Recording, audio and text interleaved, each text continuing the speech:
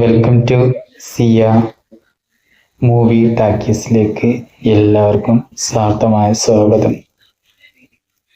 Like ചെയ്ത് video കണ്ട് support ചെയ്ത് ചാനൽ സബ്സ്ക്രൈബ് ചെയ്യുക. പുതിയ മെമ്പേഴ്സ് എല്ലാവർക്കും ഒരിക്കൽ കൂടി സിയ മൂവി ടാക്കീസിലേക്ക് സ്വാഗതം.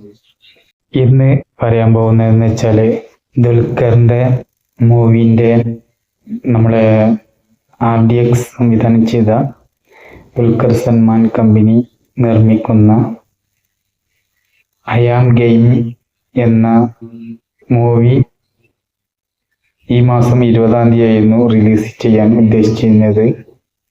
അത് ചില സാങ്കേതിക തകരാറ് മൂലം അടുത്ത മാസം 3-ാം തീയതിയിലേക്ക് മാറ്റി എന്ന് ദുൽഖറിന്റെ ഒഫീഷ്യൽ സൈറ്റിൽ ദുൽഖർ തന്നെ പ്രഖ്യാപിച്ചിരിക്കുകയാണ്.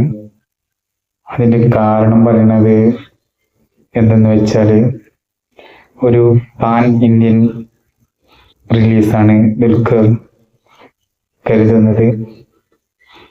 അപ്പോൾ ഓണത്തിന്റെ സീസണിൽ ഒരുപാട് സ്ക്രീൻ കിട്ടാൻ സാധ്യത കുറയും. അങ്ങനെ വരുന്ന ഈ സാഹചര്യത്തിലാണ് ദുൽഖറിന്റെ ഈ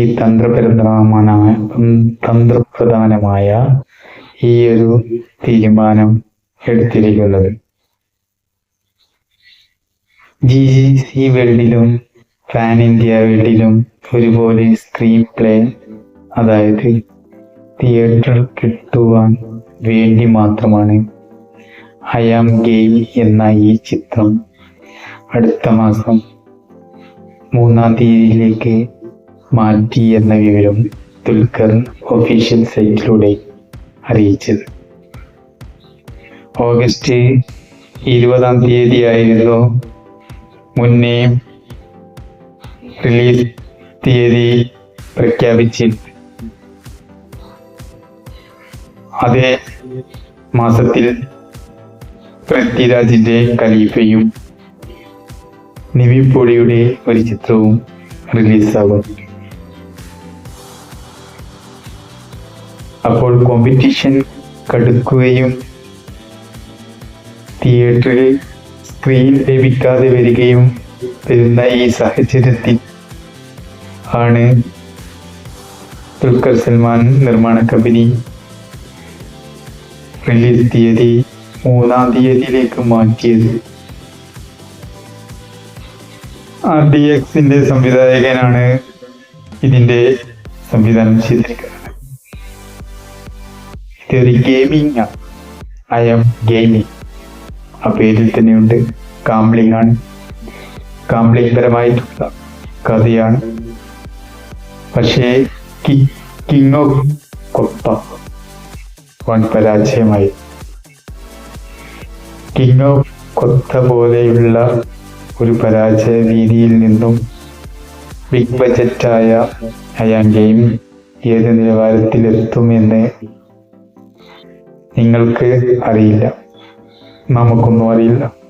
വന്ന് ഫസ്റ്റ് പ്രതികരണം കണ്ടതിന് ശേഷം മാത്രമേ പറയാൻ പറ്റുകയുള്ളൂ. നമുക്ക് പറ്റുന്നത് സെപ്റ്റംബർ 3-ാം തീയതി വരെ കാത്തിരിക്കുക എന്നൊരു കാരണം മാത്രമാണ്. അതൊരു ബിസിനസ് തന്ത്രമാണോ എന്ന് ചോദിച്ചാൽ ബിസിനസ് തന്ത്രമാണ്.